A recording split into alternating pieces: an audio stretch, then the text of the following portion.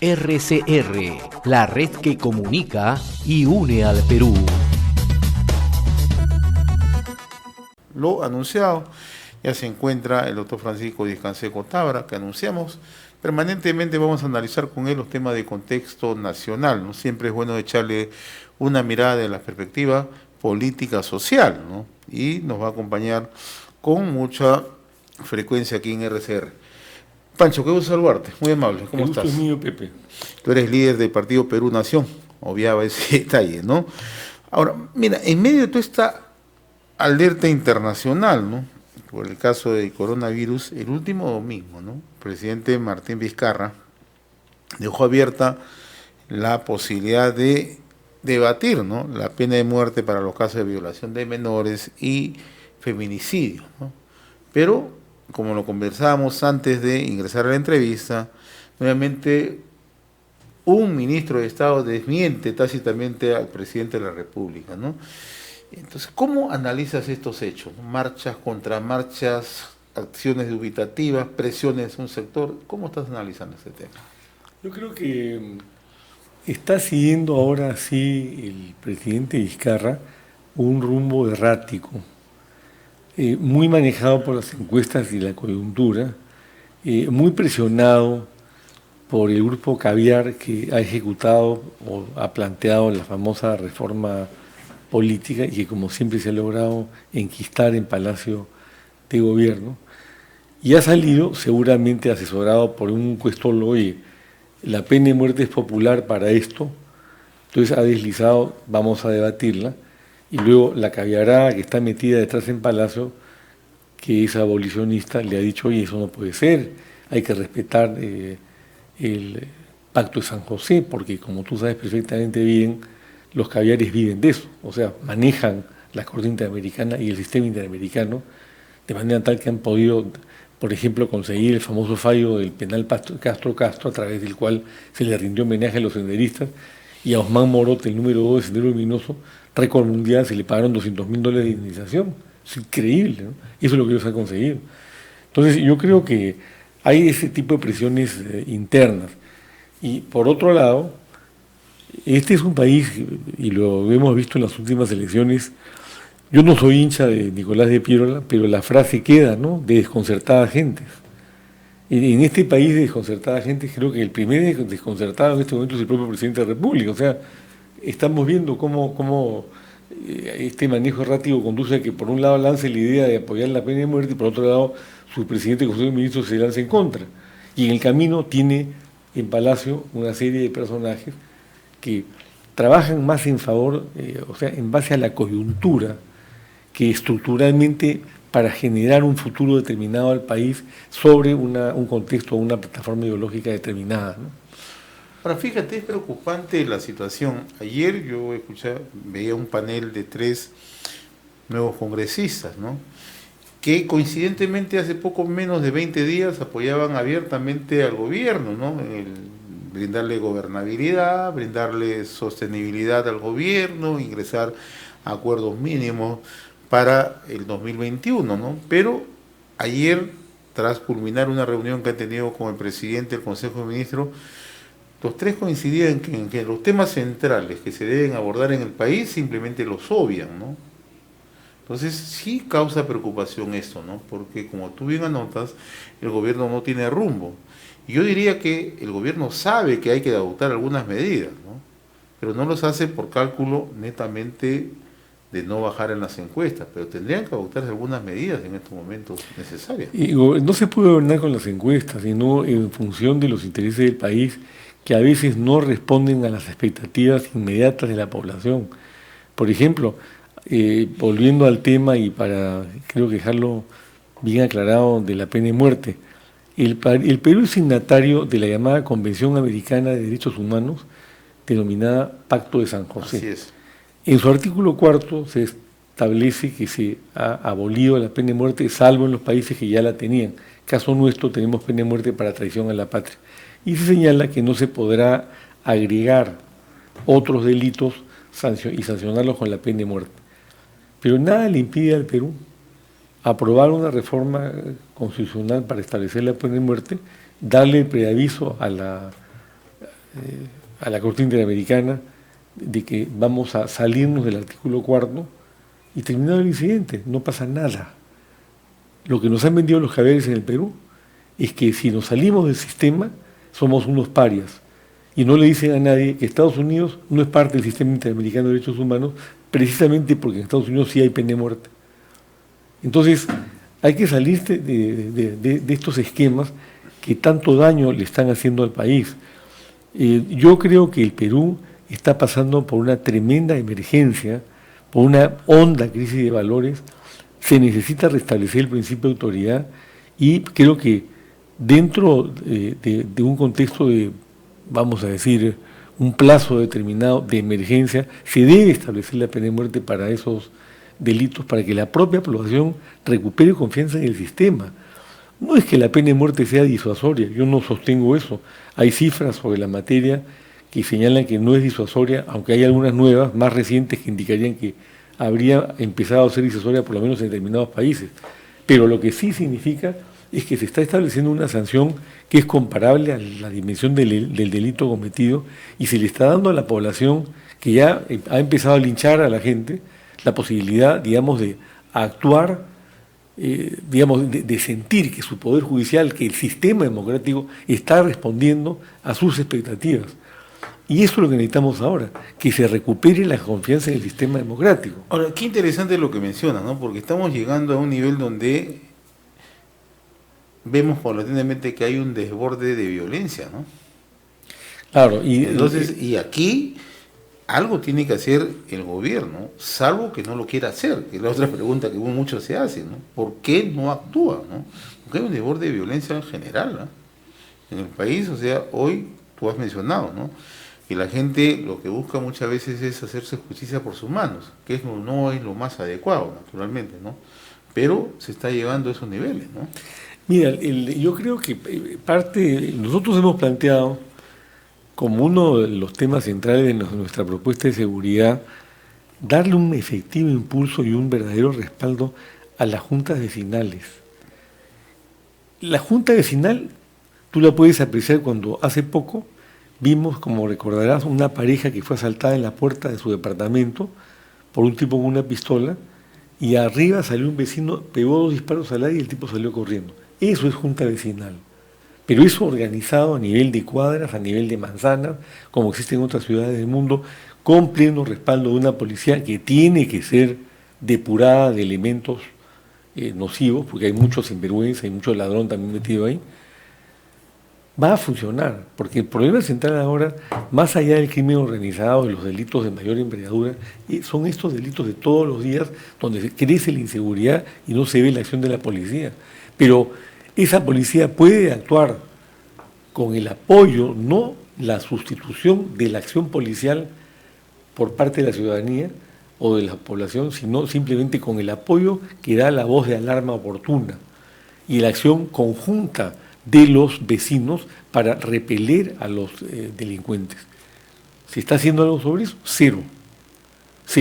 Y lo que eso también es trabajo de los gobiernos locales, de liderazgo que tengan los alcaldes, ¿no? Porque, si no, corrígeme por favor, hay un Consejo Nacional de Seguridad Ciudadana cuyo papel debería ser ese, ¿no? Y que debería presidir el presidente de la República. Y que claro no, que sí, ¿no? Creo que nunca lo ha ni siquiera concurrido, ni lo han instalado, ni funciona. Pero tú tienes razón, o sea, como de costumbre en Perú, tenemos un exceso de leyes y una ausencia de ejecución, porque el tema no está en las leyes, sino en las personas que ejecutan las leyes. Entonces, acá se pretende que porque van a haber 10.000 policías más, va a aumentar la seguridad. Falso, con 10.000 policías más no aumentas ninguna seguridad. Tú tienes que reestructurar las fuerzas policiales, tienes que eliminar a los corruptos, tienes que dotar de los elementos necesarios a las sedes policiales que están en muchos lugares del Perú, son una desgracia.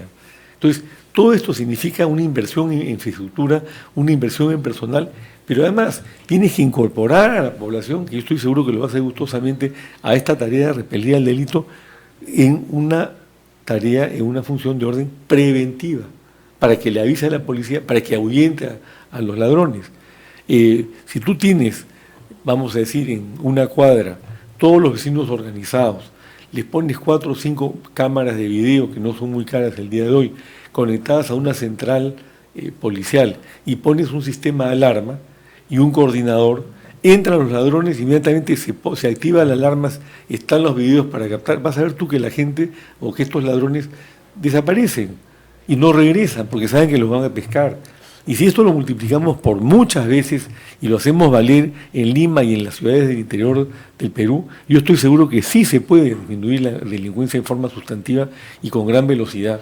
Hay ciudades en el mundo que han logrado tener un manejo de seguridad desde la perspectiva, desde la contribución de los vecinos. Medellín es una de esas localidades. Y Bogotá, en Colombia esto ha tenido, y un país tan violento como Colombia, con la FARC y con todo lo demás, Sí. sin embargo, y tanto narcotráfico. Sin embargo, han logrado controlar este tipo de delitos a través de políticas de esa naturaleza, que acá en el Perú no sé por qué no las implementan, o sea, están en otra onda. Más patrulleros, más policías, una falta de imaginación para, digamos, lidiar con este tipo de problemas, o ausencia de iniciativa, o simplemente están sentados ahí esperando que venga un jefe policial. Usted aquí hay 10.000 policías, hay 10.000 policías. Gobierno para las encuestas, no gobierno de verdad. De repente ese es parte del problema, que no se está gobernando de verdad, pues está gobernando simplemente en función de la popularidad que las medidas pueden...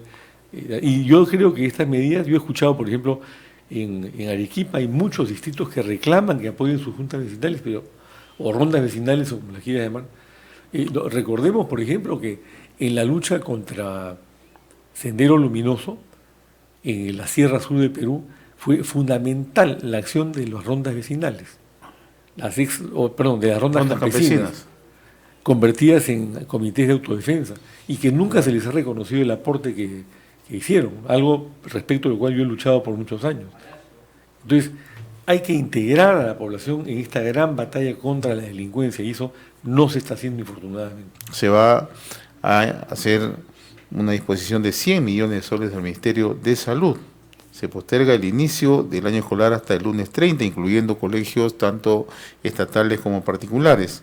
El Ministerio de Educación va a transferir 165 millones para kit de higiene, salubridad, y también a través de un decreto supremo se declara la emergencia sanitaria y el aislamiento domiciliario de toda persona proveniente de España, Italia, Francia y China por un periodo de 14 días. Bien, nos está acompañando justamente acá en los estudios de RCR, Red de Comunicación Regional, estaba escuchando atento la palabra del presidente Francisco Discanseco Tábara, presidente del partido Perú Nación.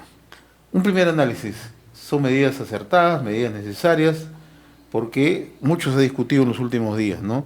Y el propio gobierno decía, ¿no? Sí, los colegios están habilitados, pero hoy vemos que no estaban habilitados, ¿no? Lo que yo veo es lo siguiente: más allá del propio coronavirus, lo que se ha generado, y yo creo que por primera vez en muchos años, Pepe, es una pandemia del pánico.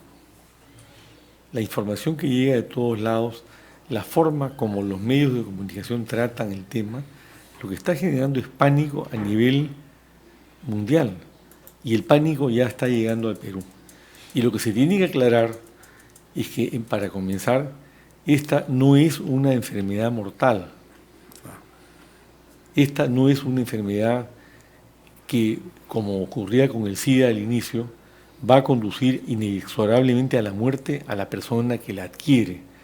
Es una neumonía generada por un virus distinto al que normalmente afecta a los pulmones y provoca la aparición de la neumonía. Ya están desarrollando vacunas y curas que seguramente saldrán dentro de un tiempo, pero en el camino un índice que para mí es muy importante es el de China, donde en la provincia de Wuhan se inició todo este tema. Hasta hace unos días en Wuhan habían muerto 2.700, perdón, en China habían muerto 2.734 personas en un país que tiene 1.400 millones de habitantes. Eso significa el 0.0009% de la población muerta por este virus, que es realmente infinitesimal. De esas 2.734 personas, alrededor de el 96% murieron en la provincia de Wuhan, o sea, solamente 112 personas murieron en el resto de China. lo cual te refleja que desde el punto de vista del efecto final que esto puede tener, o sea, causar la muerte, es mínimo. Se han dado además una serie de cifras sobre la materia, pero yo he escuchado, el otro día me hicieron llegar un mensaje de WhatsApp de una señora peruana que aparentemente vive en Venecia, donde decía que ella veía pasar cientos de cadáveres por la puerta de su casa, lo cual es mentira, ¿no? Entonces, es muy importante que el gobierno tome las medidas correspondientes. Yo no sé si 100 millones de soles son suficientes, no sabemos la capacidad operativa del MINSA, que es muy baja. Ahora, los riesgos son eso justamente, ¿no? La capacidad operativa que se tiene. Es ¿no? muy baja. Es muy bajísima, ¿no? Porque nosotros habitualmente recogemos siempre información, conversamos con especialistas, observadores de distintos puntos del país, ¿no? Y hay zonas donde en realidad están totalmente desguarnecidas, son zonas vulnerables, ¿no? Caso de la selva, ¿no? Y el caso del dengue, o sea, claro, se habla del coronavirus, que hay 13 casos en todo el Perú, porque es una pandemia universal, pero la pandemia que tiene el Perú hoy día es el dengue, que es gravísima. Solamente no una se cifra, tema, ¿no? una cifra, Pancho, ¿no? 10 fallecidos en Loreto en lo que va del año por dengue. Eso es lo que tenemos hasta el momento, ¿no? Y una alta prevalencia en Madre de Dios, en Loreto y en toda la zona de selva. Toda la zona de selva, ¿no? Y en la provincia de Condorcanqui, una en epidemia, Amazonas, ¿no? Sí, en Amazonas. por la cual un 25% de la población tiene SIDA. En efecto, es otro Y no se dice nivel nada. que no se toca, que no se aborda, ¿no? Los temas de tuberculosis, los tebecianos han aumentado. Así es. ¿no? Entonces, hay una serie de enfermedades locales que son mucho más graves que esto y que no las tocan, pero esto es universal, esto está en todos los periodos. A mí lo que me preocupa es el grado de irresponsabilidad que yo veo en ciertos medios de comunicación que con tal de vender te ponen coronavirus, llegó al Perú, ya hay un muerto, no sé quién, lo que pasó, lo de allá. No te destacan, por ejemplo, que en China ya empezó la marcha atrás del coronavirus. Están decayendo los casos, decayendo los muertos. ¿Por qué no ponen eso? Se empieza a caer el coronavirus. No lo ve en ningún periódico. ¿Sabes por qué? Porque eso no vende. Hay un grado de tremenda irresponsabilidad con el asunto. Entonces, lo que hay que procurar es sí, que se tomen las medidas correspondientes. No habrá que darle la mano a los amigos y cosas por el estilo, pero tampoco que hunda el pánico como se está generando, porque no es para entrar en pánico. No va a matar gente. Va a morir a la gente que se puede morir un resfriado o una gripe porque está baja de defensas, pero no como consecuencia de que este virus entre y te liquida pues, en 25 segundos. Eso es mentira. Y eso hay que decirlo con todas sus letras. Ahora, el otro tema, ¿no? El manejo de la información, que es clave en estas circunstancias, ¿no? O sea, aquí vemos que también hay una serie de falencias de parte del gobierno, ¿no? El gobierno debería hace buen rato ya haber conformado un grupo de especialistas o voceros que manejen una información homogénea y que ésta llegue a toda la población, ¿no? Y que no se disperse, porque eso genera lo que tú justamente has mencionado hace un momento, ¿no? Esa dispersión genera desinformación finalmente, ¿no? No, y a mí lo que me preocupa es que veo que nos están inundando de sesudos informes de supuestamente la doctora no sé cuántos, experta en enfermedades cardiovasculares, cosas que no tienen nada que ver con lo que afecta el coronavirus, que es pulmonar, no cardiovascular, y que te da una serie de consejos y de opiniones. ¿Cuán válidas son? Nunca habíamos tenido un caso así. ¿Qué es lo que está pasando acá? Ahora, por otro lado, no olvidemos algo que aparentemente ha ocurrido. ¿Es un psicosocial? ¿Qué ha logrado Xi Jinping, según se dice? Con la caída de la bolsa, había una espectacular caída de la bolsa en Nueva York y también de la bolsa china. El gobierno chino ha entrado a comprar acciones muy baratas de las empresas transnacionales que habían invertido en China y que estaban cotizando en bolsa. Y parece que se ha apoderado como un 30% de estas empresas. Entonces, este es otro tema que también debería tocar. Es tocar. lo geopolítico, ¿ya no? Claro, el impacto, claro. Ha habido, por supuesto, una sumatoria. Por un lado, el efecto coronavirus. Y el otro tema del petróleo, ¿no? Y el otro tema es la caída del petróleo por la disputa que hay entre Rusia y Arabia Saudita. Un nivel de $20 es sin precedentes en los últimos 15 o 20 años, ¿no? Por ejemplo, si ya Venezuela está quebrada, ahora está quebradísima, porque el costo del petróleo venezolano en la época buena, cuando se manejaba petróleo de Venezuela, la empresa estatal con eficiencia era de $60, con Maduro está en 100. Se están perdiendo hasta la camiseta. Bueno, ojalá que esto, lamentándolo por el pueblo venezolano, sirva para que ese sátrapa se caiga, ¿no? Y digamos que se enderecen las cosas en un país hermano como Venezuela. Pero el tema central ahora entonces es ese. Hay un efecto ya geopolítico que está manejándose por parte de los chinos con gran sabiduría. Ya vino el impacto, ya se extendió, como yo le llamo, la pandemia del pánico, y ahora los chinos especulan en la bolsa, se apoderan las empresas extranjeras, porque las acciones están y esto muy obliga bajas. a los Estados Unidos a respuestas inmediatas, porque hoy Donald Trump también está anunciando medidas económicas, ¿no? Así Entonces, es. estamos en un escenario de complejidad, ya no solamente en el tema de la salud, ¿no? Y yo creo que después de mucho tiempo, probablemente de la epidemia de gripe de 1918, donde murieron 25 millones de personas, pero obviamente no habían, vamos a decir, los medios que hoy día tiene la medicina a nivel mundial para atacar los síntomas, por lo menos, de un virus como este, que además parece que se va. Una de las cosas que debería decirse es que el virus desaparece a 26 o 27 grados. Estamos en pleno verano en Lima con temperatura de 30 grados. Solamente la temperatura acá se va a encargar de eliminar el virus. Lo que no quiere decir que no te laves las manos, no te cuides y lo demás. Pero no estamos ante esa espantosa emergencia que se nos está pintando. No es así. Inclusive las cifras italianas tampoco te arrojan pues 20% de muertos, están en 2-3. Okay. Y de repente una de las razones es que Italia es un país donde hay mucho turismo ahí, ¿no? Ingresa mucho turismo, y por otro lado se dice que las personas mayormente afectadas son niños muy pequeños o personas de la llamada tercera edad. Claro. Y en Italia hay una enorme cantidad de personas de tercera edad. Sí, esas son las explicaciones que ha dado incluso el propio primer ministro italiano, ¿no? Yo no lo había escuchado, pero lo deduje cuando en Italia, ¿por qué? ¿No? Y por qué no sé, Alemania o Suecia o lo que fuera. Pero Italia tiene, creo que, el primer índice de personas longevas y tiene una tasa demográfica muy baja. Por eso es que ellos facilitan el regreso de italianos o de descendientes de italianos a Italia. O sea, están tratando de reforzar su población con gente de otros niveles generacionales, ¿no? Muy bien, mi estimado Pancho de Canseco, presidente del Perú Nación, yo te agradezco la amabilidad. Vamos a estar conversando de manera habitual estos temas, ¿no? Sobre todo porque la parte final coincido contigo, hay que mantener la tranquilidad, la calma, sí, y que la población entienda que es un virus que se puede controlar con un manejo preventivo, ¿no? Y sobre todo brindándole buena que no es mortal, Pepe. A mí me parece que es fundamental dejar bien claro. El virus no es mortal. Como cualquier enfermedad, tiene una incidencia determinada. Si tienes un segundo, sí. Yo tengo aquí una tabla que me hicieron llegar sobre la mortalidad de diferentes enfermedades, que puede ser interesante exhibirla, ¿no? ¿Cómo no? Claro. Sí. Siempre, en esta época donde hay bastante información, creo que la información relevante hay que darla a conocer, ¿no? Aquí está, mira.